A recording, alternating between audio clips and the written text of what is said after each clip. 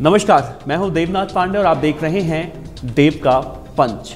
आज हम बात करेंगे ओलंपिक पदक जीतने वाले सुशील कुमार के बारे में। देव के पंच में आज हम बात यही करेंगे कि आखिर कैसे एक पहलवान जो कभी गोल्ड मेडल लाया था, आज वो देश में अपराधियों की तरह सलाखों के पीछे बैठा है।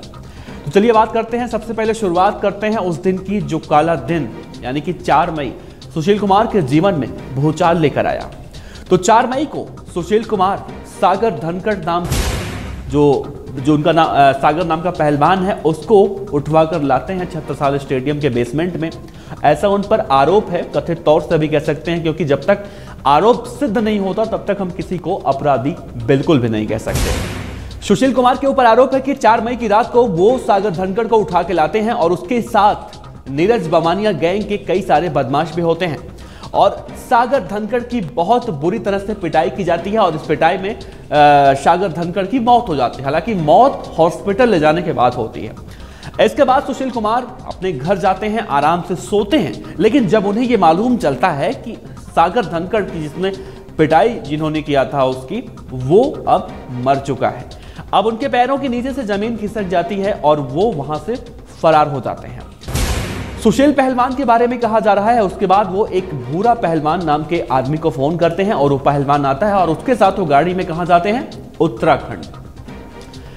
आज तक के रिपोर्टर हैं, आज तक के एंकर हैं शम्स ताहिर खान। उन्होंने अपने चैनल क्राइम तक में कहा है कि उसके बाद सुशील कुमार सीधे पहुंचते हैं हरिद्वार, क्योंकि वहां पर एक बड़े योग गुरु बाबा, हालांकि नाम नहीं बताया अभी किसी ने उसको, उस योग गुरु बाबा का, लेकिन ये जरूर कहा जा रहा है कि सुशील कुमार उस बाबा के पास जाते हैं और सुशील कुमार को ये उम्मीद रहती है कि योग गुरु सुशील कुमार की मदद जरूर करेंगे, क्योंकि उस बाबा के बारे में ये भी कहा जा रहा है कि वो बाबा बहुत पहुंचे हुए व्यक्ति हैं और ऊपर तक यानी कि सरकार तक उस बाबा की बहुत तगड़ी पहुंच है। सुशील कुमार इस चक्कर में हरिद्वार जाते हैं दिल्ली से और हरिद्वार से फिर ऋषिकेश जाते हैं, लेकिन उन्हें निराशा हाथ लगती है। बाबा सीधे हाथ खड़े कर देते हैं, बाबा कोई मदद नहीं करते हैं।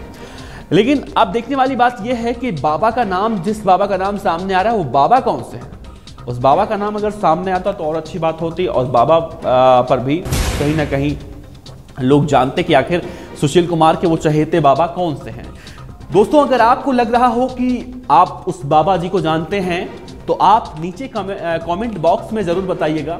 हम भी उम्मीद करेंगे कि हम भी जानने की कोशिश करेंगे अपने दर्शकों से कि हमारे दर्शक कितने अपडेट हैं इस मामले को लेकर कि सुशील कुमार किस बाबा से मिलने गए थे। चलिए, अब सुशील कुमार वहां से आते हैं वापस दिल्ली से फिर जाते हैं भटिंडा, फिर जाते हैं पंजाब, फिर जाते हैं चंडीगढ़, मतलब अलग अलग जगहों पर वो घूमते हैं। और फिर एक दिन जब उनके पास पैसे खत्म होते हैं, पैसे लेने के लिए दिल्ली वापस आते हैं और तभी पुलिस को सूचना मिलती है कि सुशील पहलवान तो मुंडका के पास है और तभी पुलिस ने गिरफ्तारी कर ली। हालांकि पुलिस के इस गिरफ्तारी के बाद कई तरह के सवाल खड़े हुए। सोशल मीडिया यूजर्स लिख रहे थे कि ये तो फिल्मी स्टाइल में गिरफ्तारी हुई है। खैर, जो भी हो, जो पिछले कुछ दिनों से फरार चल रहा था, करीब 15-16 दिनों से फरार चल रहा था सुशील पहलवान, वो पकड़े गए। अब देखिए, सुशील कुमार पहलवान जो हैं ये देश के गौरव हुआ करते थे। आज जब हमारे मुंह से ये शब्द निकलता है कि सुशील पहलवान सलाखों के पीछे बैठे हैं तो बहुत ज्यादा तकलीफ होती है कि एक पहलवान आखिर अपराधी कैसे बन गया। लेकिन इस पहलवान के जीवन में ऐसा सब कुछ ठीक नहीं था, बहुत कुछ उथल पुथल था इस पहलवान के, जो मीडिया रिपोर्ट्स में सामने आ रही हैं। कई सारे लोग ये दावा कर रहे हैं कि जिस फ्लैट को लेकर सागर धनखड़ की हत्या की गई वो फ्लैट सुशील कुमार का था ही नहीं। वो फ्लैट सुशील कुमार का नहीं था, बल्कि वो फ्लैट विवादित था और सुशील कुमार पहलवान उस फ्लैट को बेचना चाहते थे। अब देखिए, इन दावों में कितनी सच्चाई है ये जांच का विषय है, लेकिन जो सोशल मीडिया में खबरों में ये सब बातें चल रही हैं, उन्हीं सब बातों को लेकर हम आपसे जिक्र कर रहे हैं। एक दद्दा है, दद्दा अपने YouTube चैनल पे बताते हैं कि सुशील कुमार किस तरह से उस फ्लैट को, उस कोठी को अपने नाम पर करना चाहते थे। और दद्दा ये भी कह रहे हैं कि सुशील कुमार जब ओलंपिक से पदक जीत कर आए तो इस दौरान उनकी मुलाकात कथित तौर से कई सारे गैंगस्टरों से हुई। कहा जाता है कि पहले सुशील कुमार की मुलाकात रामवीर शौकीन से हुई।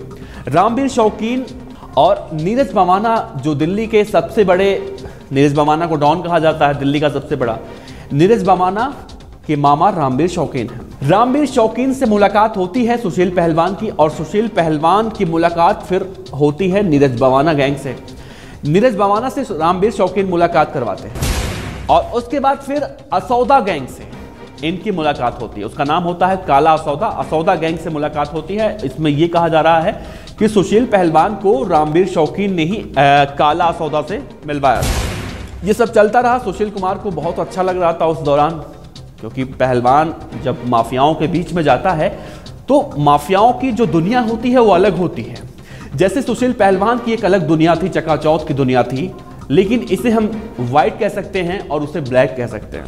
सुशील कुमार ने देखा ये सब कुछ तो चकाचौंध पे सुशील कुमार चकरा गए, ऐसा कहा जा रहा है। और उसके बाद सुशील कुमार की मुलाकात होती है काला जठेड़ी गैंग से। काला जठेड़ी वो बदमाश जो 2020 में दिल्ली पुलिस उसे पेशी के लिए ले जा रही थी, और काला जठेड़ी पूरा नाम है संदीप उर्फ काला जठेड़ी। संदीप उर्फ काला जठेड़ी ने पुलिस को चकमा देकर फरार। और अब कहा जाता है कि काला जठेड़ी यहां नहीं है, दुबई में बैठा है और वहीं से बैठकर अपने गैंग को ऑपरेट करता है। दिल्ली एनसीआर का सबसे बड़ा गैंगस्टर बन चुका है काला जठेड़ी गैंग।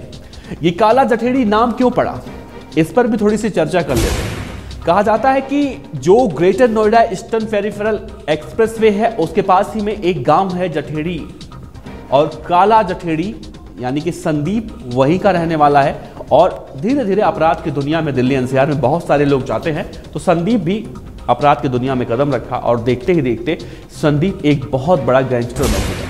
इतना बड़ा गैंगस्टर कि दुबई में बैठकर अपना गैंग चला रहा है। अब संदीप उर्फ काला जठेड़ी की मुलाकात जब सुशील पहलवान से होती है तो सुशील पहलवान उस दौरान ये कहा जा रहा है कि जठेड़ी के कई सारे काम ऐसे हैं मुंडका इलाके में जो सुशील कुमार सलटौआ कराने में बहुत मदद करते हैं, मतलब सुलझाने में बहुत योगदान देते हैं। लेकिन जब सुशील कुमार अपना फ्लैट बेचना चाहते थे, जो उनका फ्लैट है तथाकथित, उस फ्लैट को बेचना चाहते थे, और उस फ्लैट में सागर, सोनू महाल, अमित, बहुत सारे ऐसे लोग हैं जो कि काला जठेड़ी गैंग से जुड़े हुए थे, वो लोग वहां रहते थे। एक तरह से कहा जा सकता है कि मतलब सुशील कुमार का फ्लैट माफियाओं का अड्डा बन चुका था। अब सुशील कुमार चाह रहे थे कि वो फ्लैट खाली हो जाए तो मैं उसको बेच सकूं। अब इस दौरान क्या हुआ, सागर पहलवान, सोनू महाल, अमित, ये लोग फ्लैट को खाली नहीं कर रहे थे।